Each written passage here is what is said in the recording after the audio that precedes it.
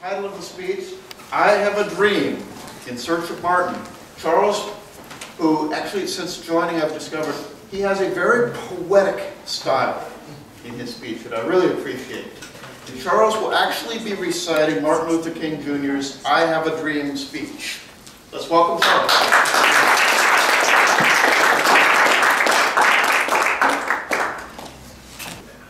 Fellow Toastmasters, Toastmaster friends, thank you all for coming out today. I'm very happy to be here.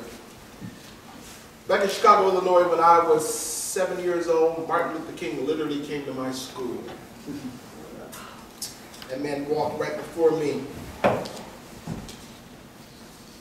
But I was oblivious to it. And so we passed like two ships in the night.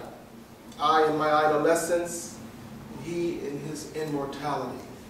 So I would miss him. But later on in the years to come, growing up as a black man in America, I never guessed how his work would affect me. And so Martin and I are kindred spirits in that regard. So I want to do the I Have a Dream speech for him, for me, for us. In Search of Martin, I Have a Dream. 50 years ago, a great American in whom symbolic shadow we stand today, signed the Emancipation Proclamation. This momentous decree came as a great beacon light of hope to millions of Negro slaves who had been seared in the withering flames of injustice. Came as a joyous daybreak to end the long night of their captivity. But 100 years later, the Negro is still not free. 100 years later, the life of the Negro is still sadly crippled by the manacles of segregation and the chains of discrimination. 100 years later, the life of the Negro is still in the corner of American society, and he finds himself in exile in his own land.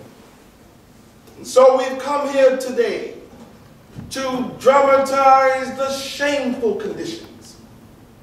In a sense, we've come to our nation's capital to cash a check. When the architects of our great republic wrote the magnificent words of the Constitution and the Declaration of Independence, they were signing a promissory note. This note was a promise that all men, yes, black men as well as white men, would be guaranteed the unalienable right of life, liberty, and the pursuit of happiness. It is obvious today that America has defaulted on that promissory note insofar as her citizens of color are concerned. Instead of honoring this sacred obligation, America has given the Negro people a back check, a check that has come back marked insufficient funds. But we refuse to believe that the Bank of Justice is bankrupt. We refuse to believe that there are insufficient funds in the great vault of opportunity of our nation. So we've come to cash this check, a check that will give us upon demand the riches of freedom and securities of justice. We've also come to this hallowed spot to remind America of the fierce urgency of now. This is no time to engage in the luxuries of cooling off or to take the tranquilizing drug of gradualism. Now is the time to make real the promises of democracy. Now is the time to lift our nation from the quicksands of racial injustice to the solid rock of brotherhood. Now is the time to make justice a reality for all of God's children. It would be fatal for the nation to overlook the fierce urgency of the moment. This sweltering summer of the Negro's legitimate discontent will not pass until there is an invigorating autumn of freedom and equality. 1963 is not an end, but a beginning. Those who hope that the Negro needed to blow off steam and will now be content will have a rude awakening if the nation returns to business as usual. The whirlwinds of revolt will continue to shake the foundation of our nation until the bright day of justice emerges. But there is something I must say to my people who stand on the warm threshold that leads into the palace of justice. In the process of gaining our rightful place, we must not be guilty of wrongful deeds. Let us not seek to satisfy our thirst for freedom by drinking from the cup of bitterness and hatred. Again and again, we must rise to the majestic heights of meeting physical force with soul force. The marvelous new militancy which has engulfed the black community must not lead us to a distrust of all white people.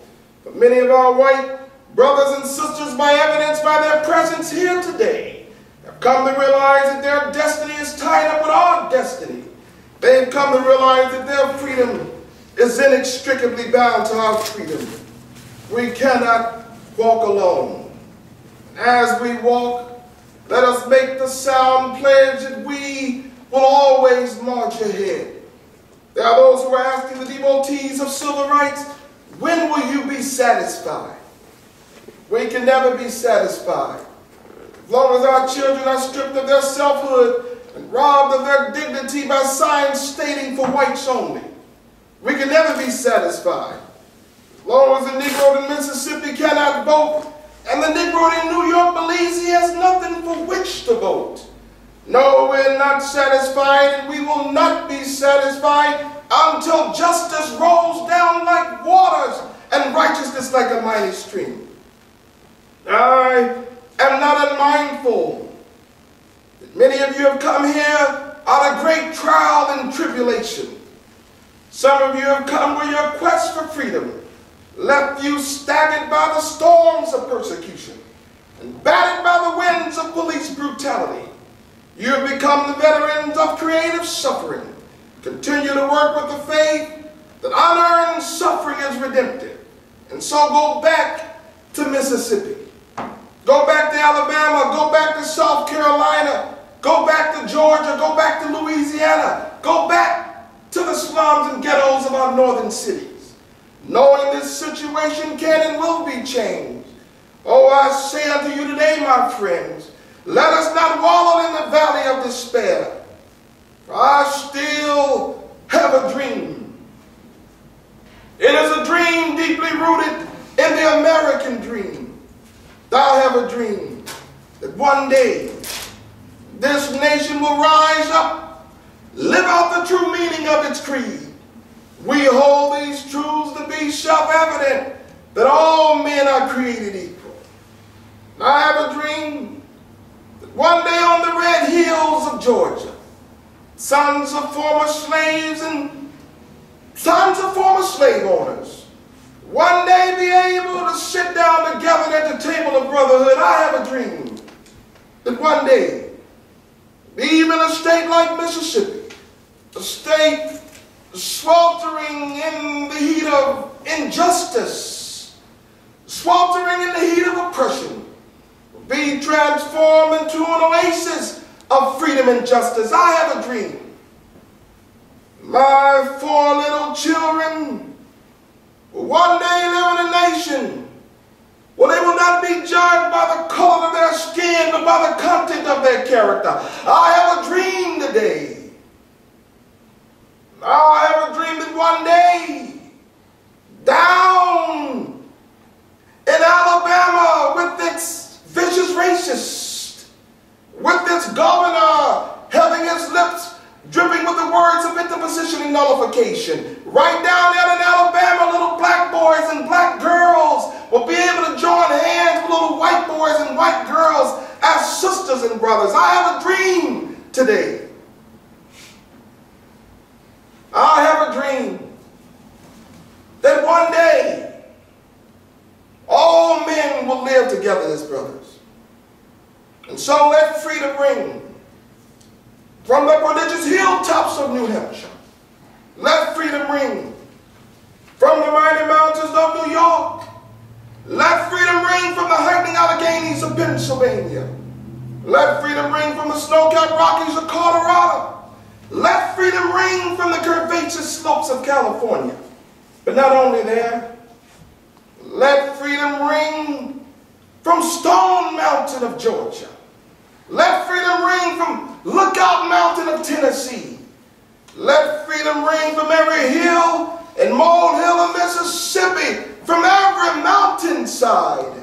Let freedom ring, and when this happens, when we allow freedom ring, when we let it ring from every village and every hamlet, from every state and every city, we will be able to speed up that day when all of God's children, black men and white men, Jews and Gentiles, Protestants and Catholics, will be able to join hands and sing in the words of the old Negro spiritual, free at last, thank God Almighty, we're free at last. Thank you.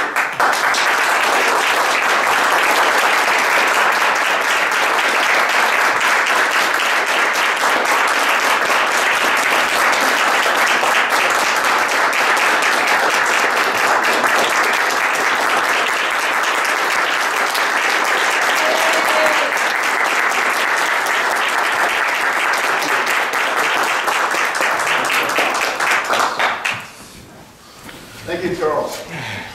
That was a special treat for us today. I actually could feel